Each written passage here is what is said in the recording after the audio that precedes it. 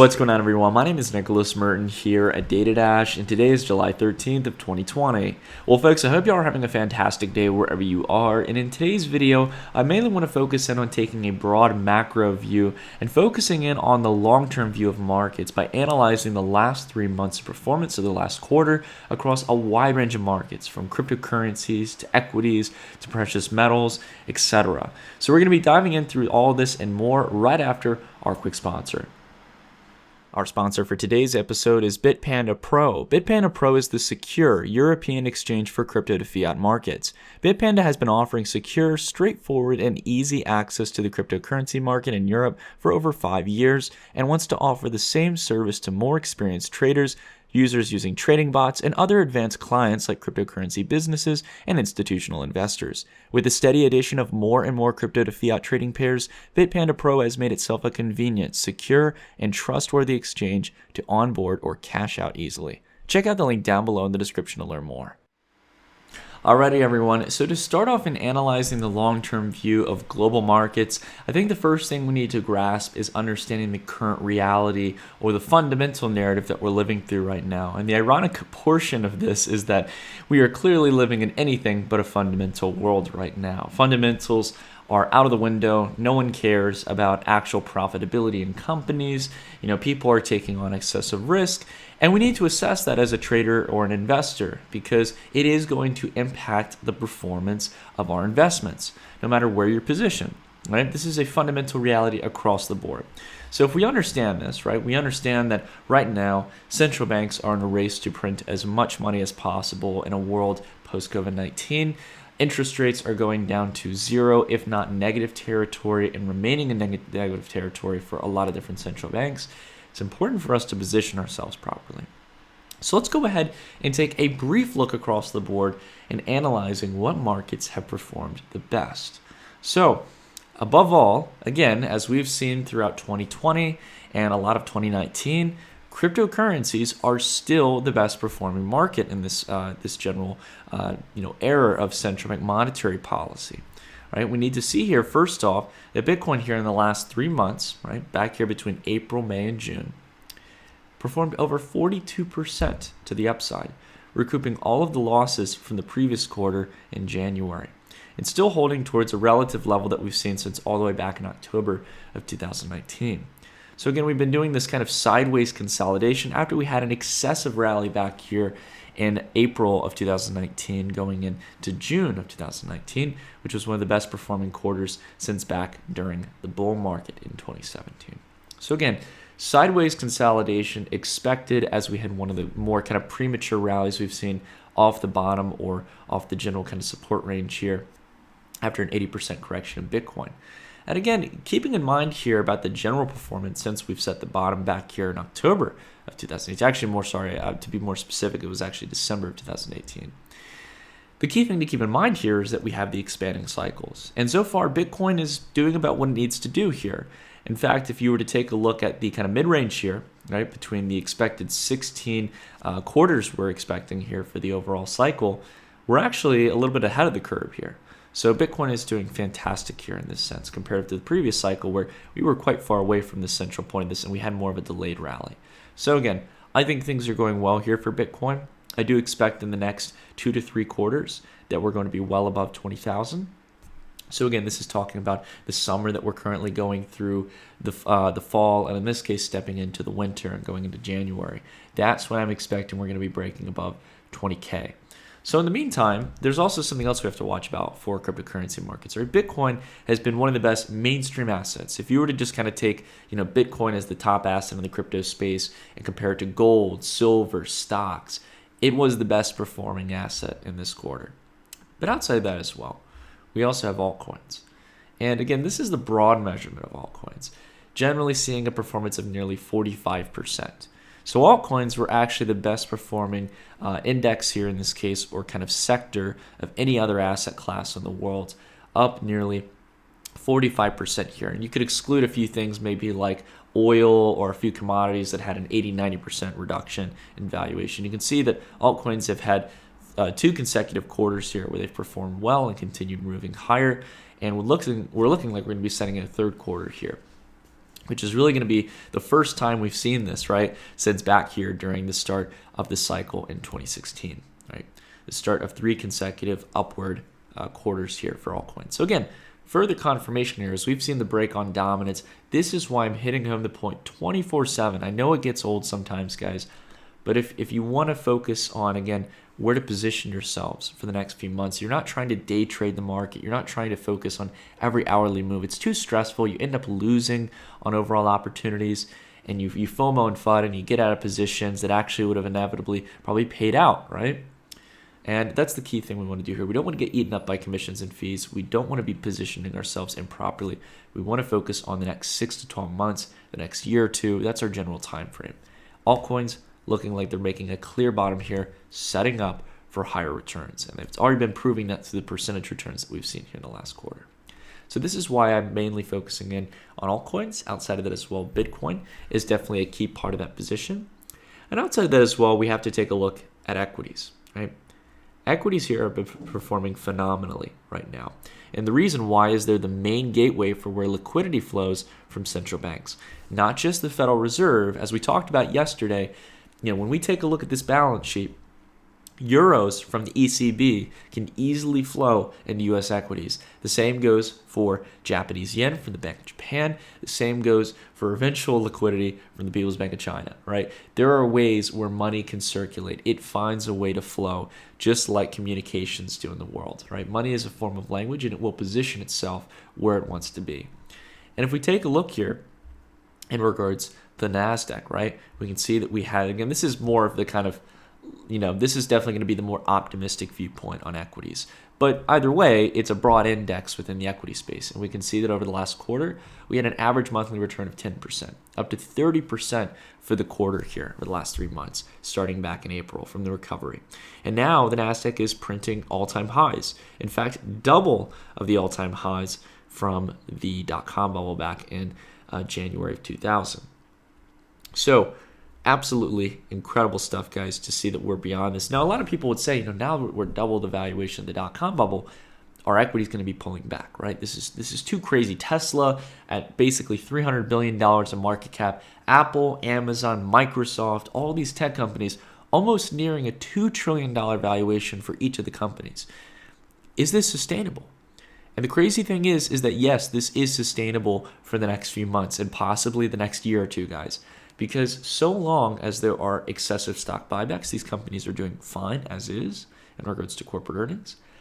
So long as the Federal Reserve and other central banks are in a rat race to basically print as much money as possible, we could very well be in the beginning phases of the parabolic cycle here. Now, if you don't look at the logarithmic chart, right, if you just look at the standard chart, this looks crazy, right? But you'd have the same exact perspective taking a look back here at the dot-com bubble, right? If you just continue to step back here, this would have looked insane here, right? You would have thought this is the peak of the cycle, but it continued for a very long period of time. So when we take a look at the logarithmic chart, right, even turning off our SMS indicator, what do the last 3 quarters remind you of on this chart more than anywhere else? I want to go ahead and give you all a second here. And just tell me where you see on this chart. I'll go ahead and move my, my mouse off there. What 3 quarters, the last 3 quarters, excluding where we are now, these 3 months here, or these 3 quarters, what does it remind you of? When I look at this chart, the one portion that it reminds me of is the beginning of the parabolic 2-year cycle for equities. You can see here an initial relatively neutral green month, an excessive volatile pullback, and then a volatile swing to the upside. And similarly enough, this quarter performed 30%, similar to the 29.44% that happened back in October of 1998. Okay. So when I say that this irrationality can exist for a long period of time, turn to history, right? So this really is showing that we're shaping up for something we haven't seen since back in the 90s, and what might be compared to our roaring 20s of the 21st century. It's a very interesting time, and as irrational as it gets, and as crazy as it is, and as twisted as it is in regards to what central banks are doing, You cannot go against it as an investor or a trader. I'm not saying you have to go long. I'm just saying that this probably isn't a time period where you want to bet against monetary policy from central banks who can print infinite liquidity, as Kashkari said, right? One of the central bank governors in this case, one of the major individuals who has been representative of the Fed for a long time. He's being honest. They have infinite liquidity. It's best not to bet against it. It's been best not to bet against it this entire past decade, more than a decade. So again, keeping that in mind here, right? We're expecting yet again a continuation here for the next year, 2 years here, so long as central banks continue doing what they're doing, and have no doubt that when there's a pullback in the market for a month or two, central banks will step back in and they're going to start buying up equities and they're going to start pushing negative interest rates. They're going to do exactly what Japan's done for the last decade. Now, taking in a look into precious metals, a lot of people would say, Nick, you seem to be taking a very positive view on equities. Do you take a positive view on commodities like gold and silver? Of course I do, yes. In fact, gold just had its best quarter ever since back here at the start of the cycle back in January of 2016. 13%. Not bad. Now, of course, it's not the NASDAQ. It's not the tech companies that are just going to absorb at new highs, but it's still good.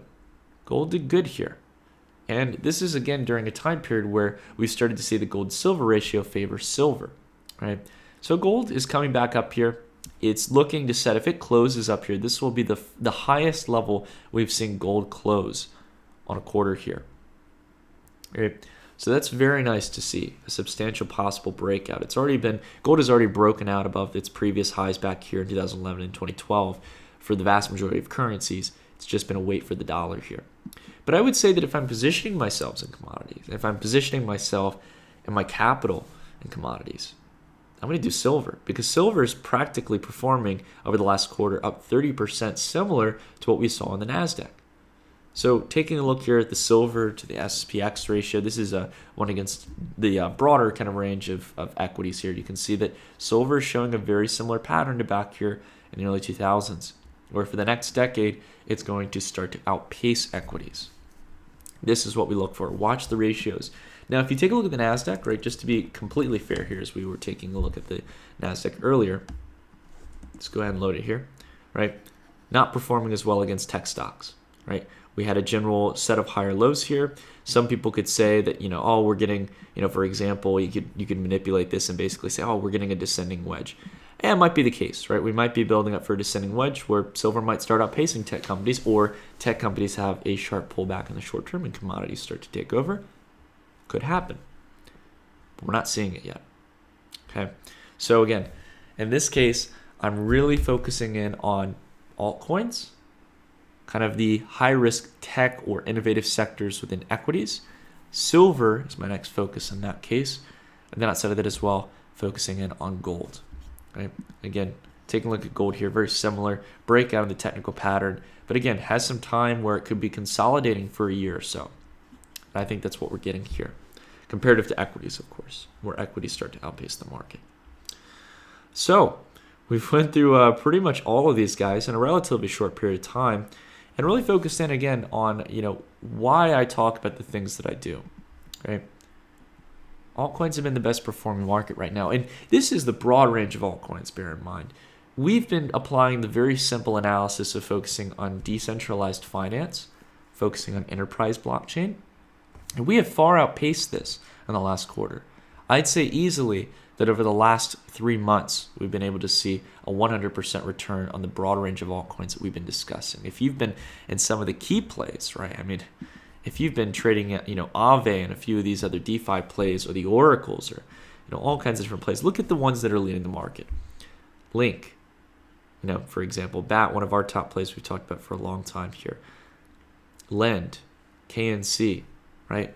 A lot of these are DeFi plays or enterprise blockchain plays, and this is just over the last 24 hours, right? If we add an index, I wish TradingView had a way where you could actually add more than just 24-hour performance, but you all know this, right? If you've been watching the channel, you know that these have been some of the best plays. RLC, UBT, Link, all of these have been fantastic plays that have been leading the market. Kava as well. We've positioned ourselves well, and it's been paying off over the last few months. really ever since back in the fall of 2019 when we started initiating some of these big altcoin positions. So, in summary, altcoins, Bitcoin, high risk equities, silver, and then gold. That would be our kind of 5-step process of ranking these different sectors. There's other ones out there. There are other industrial commodities like oil and natural gas, but really right now this is my focus point.